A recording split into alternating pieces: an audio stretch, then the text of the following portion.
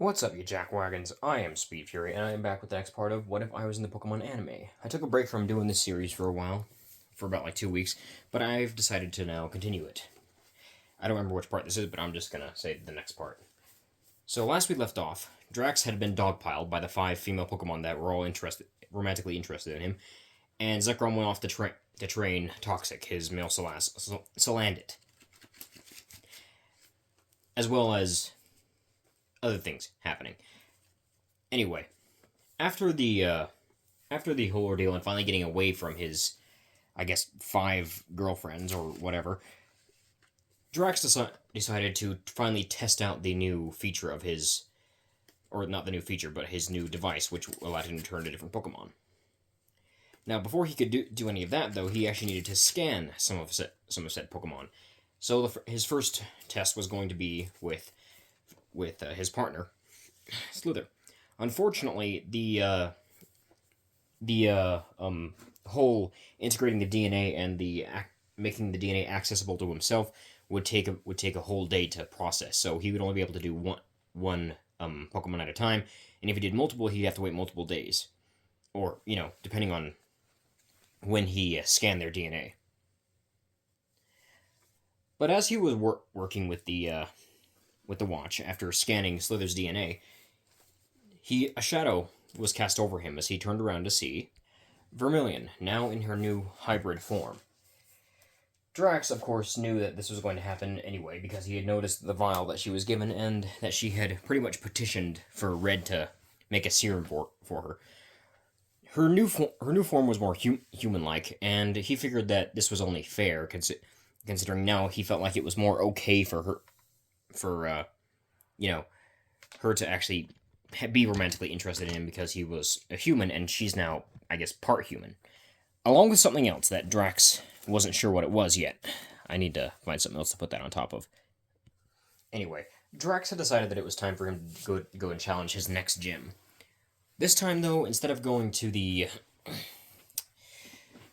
Sorry, I was sitting on something. Drax decided he'd be going to challenge the Water-type gym this time. Mostly because on the way there, one of the other Titans that Arven wanted his help on defeating to get the Herba Mystica was up there, and it helped. He knew that it would also be that the Psychic type gym was closer, but the Arven's quest at the moment was a bit more important in Speed's eyes. I mean, not Speed, Drax's eyes. Before they arrived at the gym, or at the Titan, because they were going to the Titan first, they noticed another barricade that it seemingly was in the middle of being taken down. Drax mused to himself that Juliana was making quick work of the Team Star bases if this was any evidence of what was going on. As they approached the mountain where the Titan should be, they noticed a bunch of round-shaped rocks falling down the mountain and rolling towards them. "I'm gonna have to ride through that, aren't I?" said Drax. There was a noise behind him as Drax turned around to see Elisa grabbing the sides of the seat on Miraidon's back to make sure that she wouldn't be thrown off or that she didn't fall off. Drax then looked forward and before breathing in and then breathing out. "Here we go," he said. He hit the gas, or I guess Miraidon hit the gas, and they blitzed through the tumbling rocks, managing to make it through without getting hit by a single one, although he did come close a few times. When they arrived, Arven was already waiting for them by a nearby rock. He asked Drax if he was ready, and Drax said that of course, and he sent out Ivoredge. He had known ahead of time that the Titan was a flying type. Arven, who had never seen Ivoredge before, asked what this Pokemon was, and Drax said that it's a new evolution for the Charcadet line. And apparently, if you give a Charcadet a custom set of armor that they decide they want, it'll evolve them into a different evolution entirely.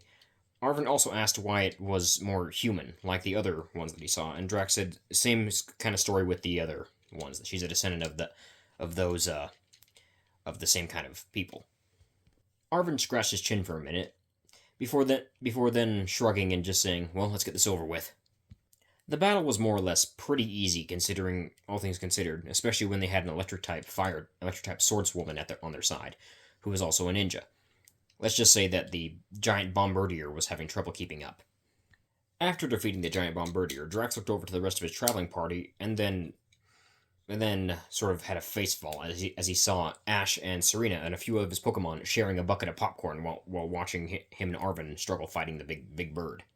He also noticed a Gardevoir that he'd never seen before. Said Gardevoir was bigger than a regular Gardevoir, like way bigger, and it was sitting there with a more confused look on its face than having anything else.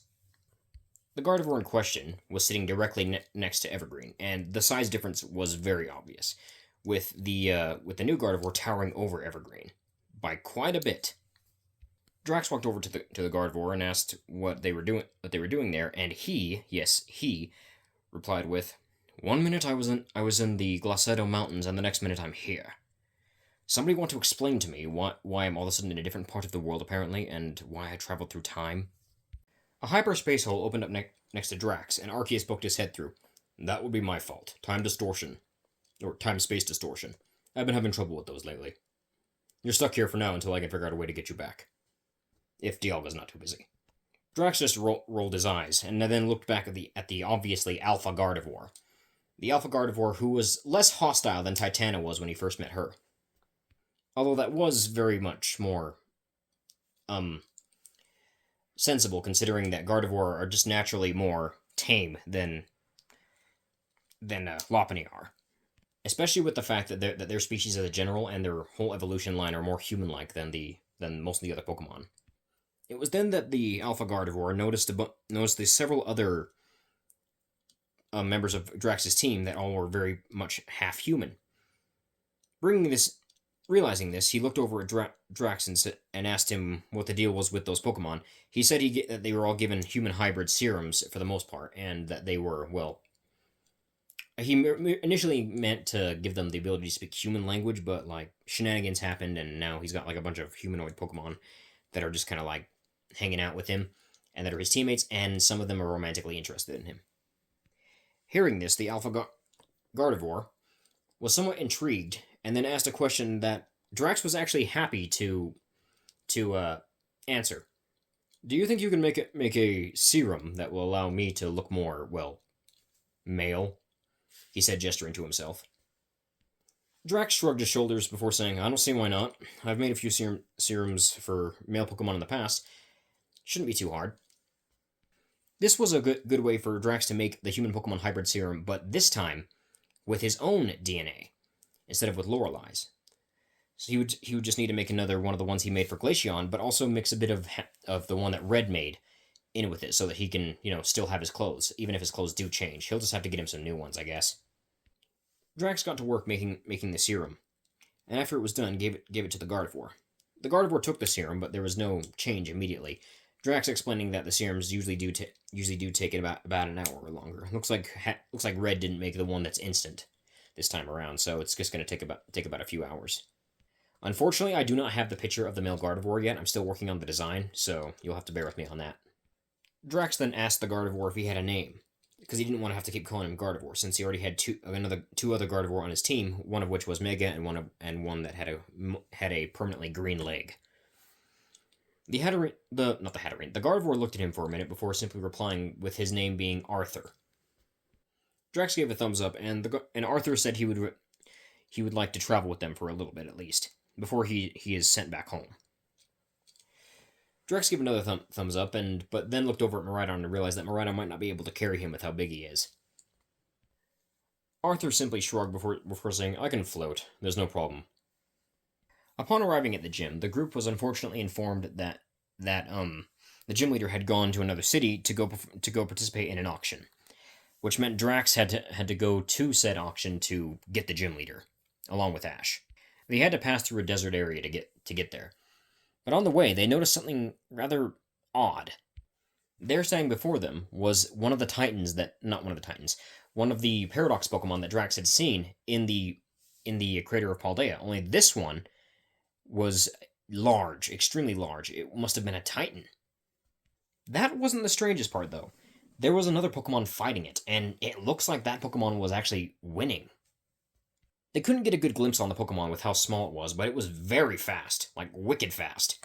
It was moving around faster than the Iron Treads was, and was doing significant amounts of damage to it, using what looked like flame charge as well as several rollouts. The rollouts weren't doing nearly as much, but they were still hitting pretty hard. The Pokemon was green in color, but still they couldn't tell what it was. It was still too far away. Upon getting closer, the group finally realized what the Pokemon was. It was a Shaman. Shaman aren't supposed to be that fast. Not only that, but this Shaman was clearly different from other Shaman. For one, the flower protrusions on the side of its head were not there. They were completely gone.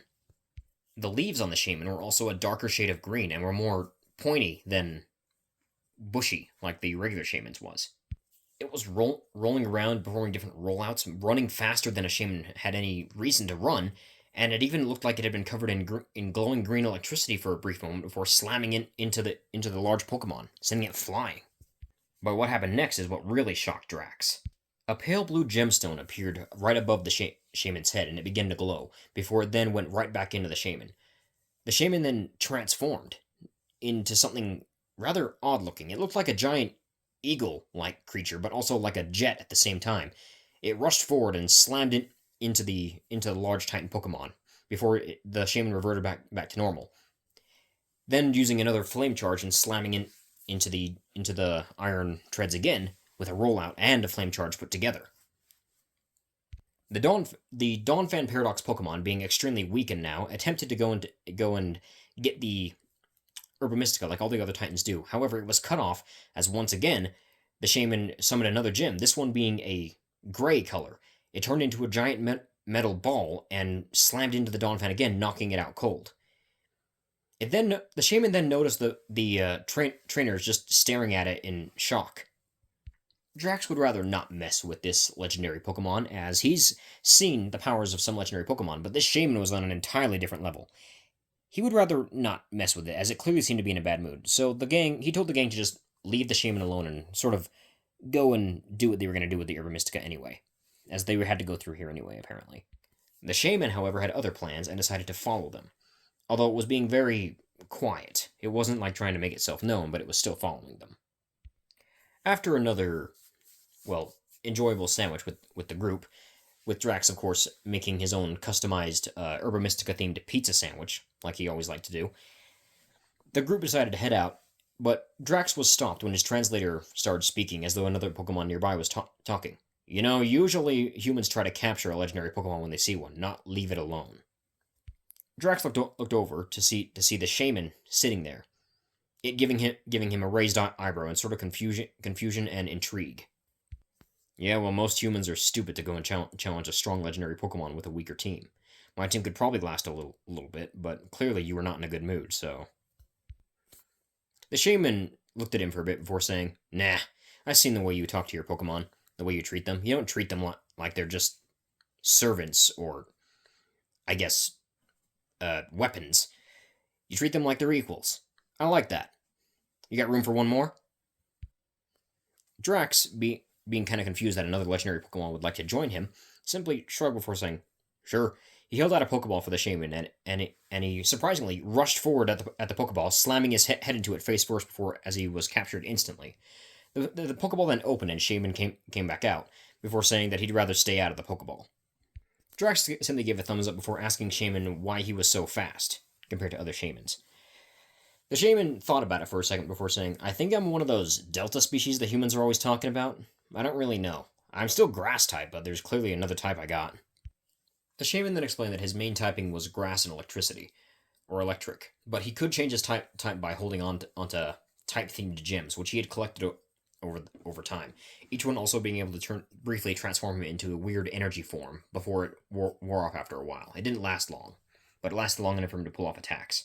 Drax asked if that was what was going on when he was using the power of the Steel Gem and the Flying Gem, and Shaman simply nodded, saying that he had actually obtained about 10 of the gems so far. He was still trying to find 8 more. It was then that Toadscool popped out of his Pokeball and began running alongside Shaman, who was also running alongside Miraidon, which is what Drax was currently on. Shaman was actually going rather slow to actually not outrun his new trainer. Shaman and Toadscool instantly became good friends, as they were both really fast and they both used speedy tactics in battle. Shaman then noticed something in the distance and immediately spun himself into a ball, revving himself like a car would do when it's trying to go really fast, and then dashed off towards whatever he saw. He came back a few seconds later with another gem floating alongside him. The gem was orange in color, and Drax realized it was the fire type gem.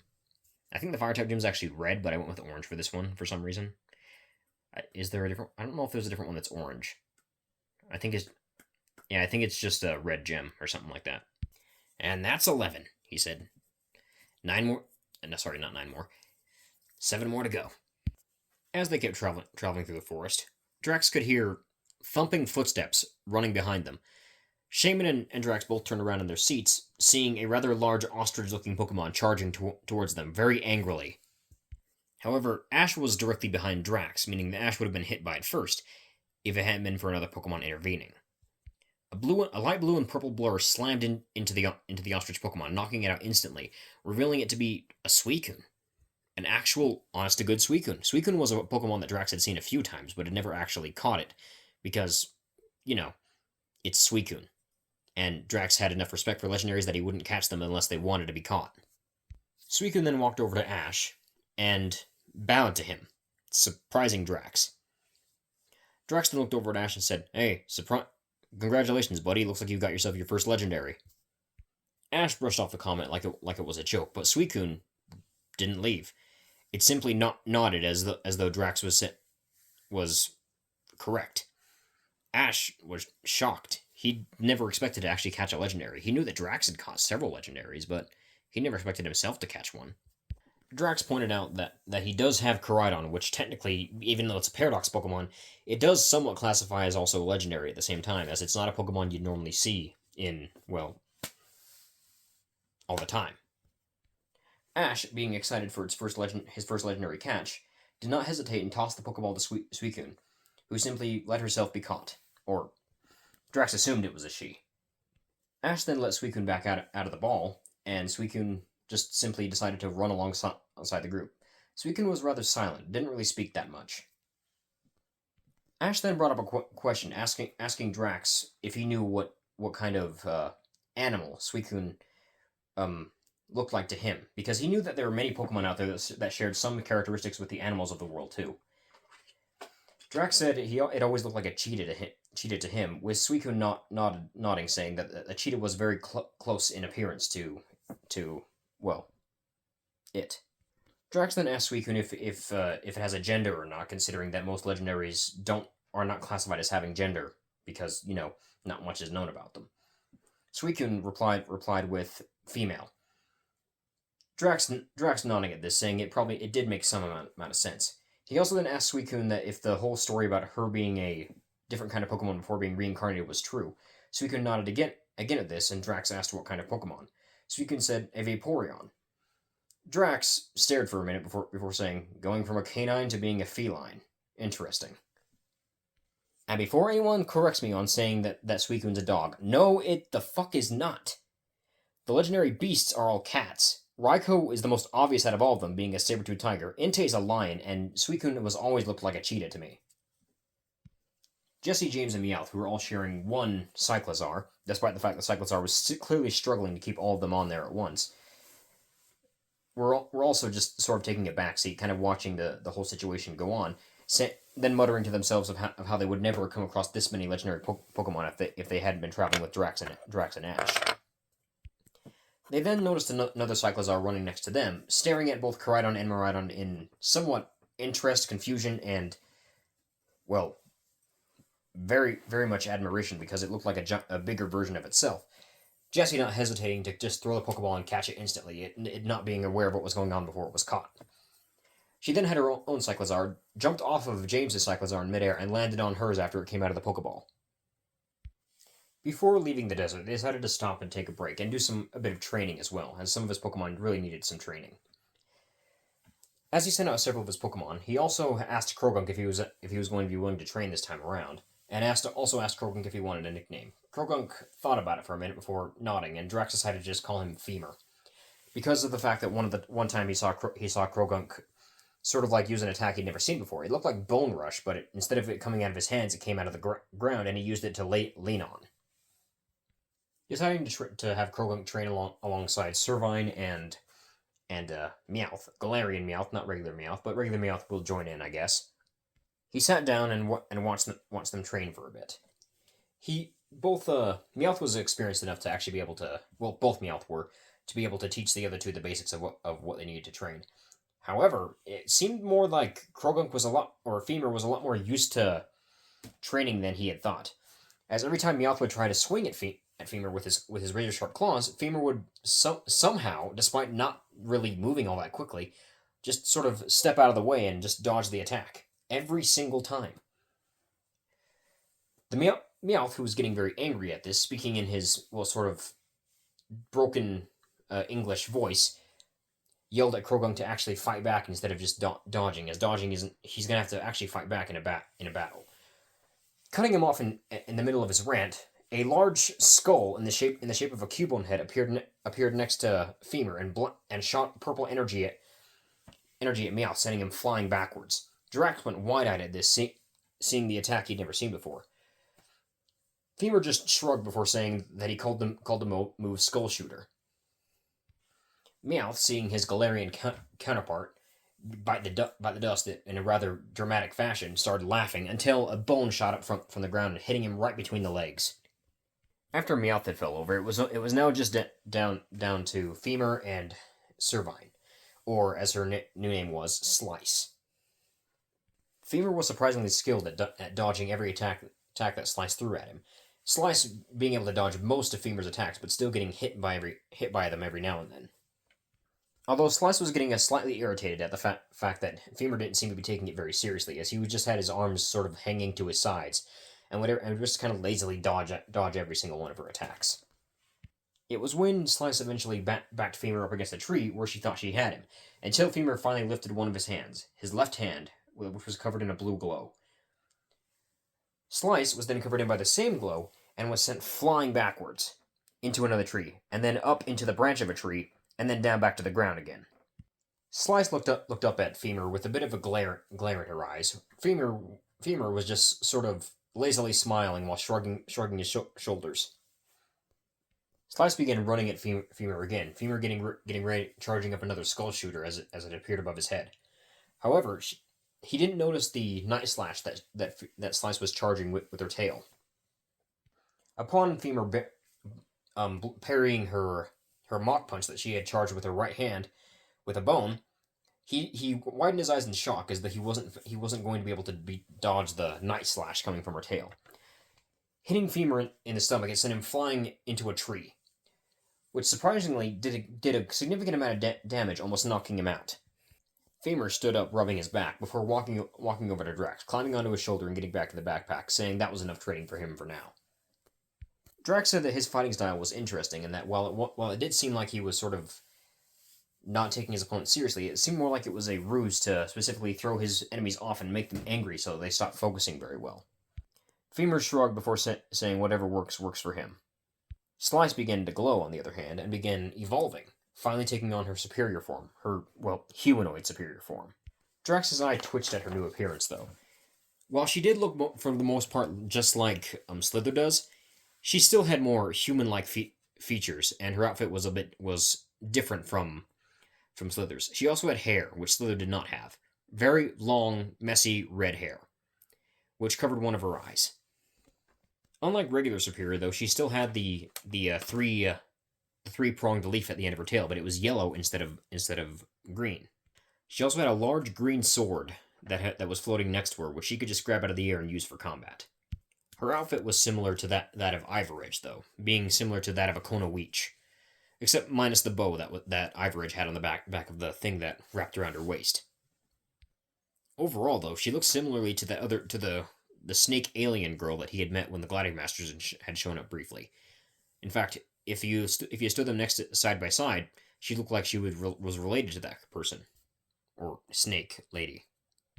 Slice's new form wasn't exactly what Drax would call, conventional for a superior, and she was clearly just a regular superior, but she did have a fighting type in there as well. She wasn't just pure grass. This made her a bit more effective in the field of battle, but also made her 4 times weak to flying. Meloetta, who had silently been watching the antics that Drax had to go through with his Pokemon from his backpack, had actually been intrigued by the idea of having a different type than what she normally had. She wanted to be able to actually not have that normal type that she always had anymore. Just swap it out for something else. She felt like she hadn't been able to do much to defend herself during the whole ordeal that happened with her and Cynthia. Even then, she didn't know if Cynthia was okay or not. Neither did Drax.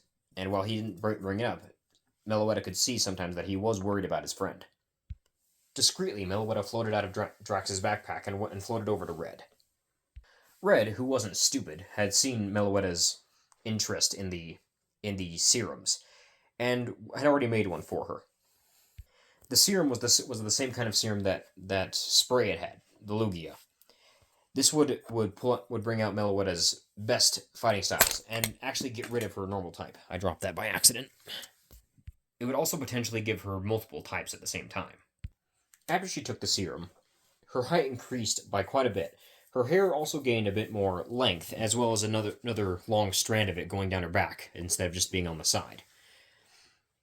She was now clearly part human, but her types had also changed. She was no longer normal type, but she had fairy, fighting, and flying on top of her psychic type form, on top of her psychic typing.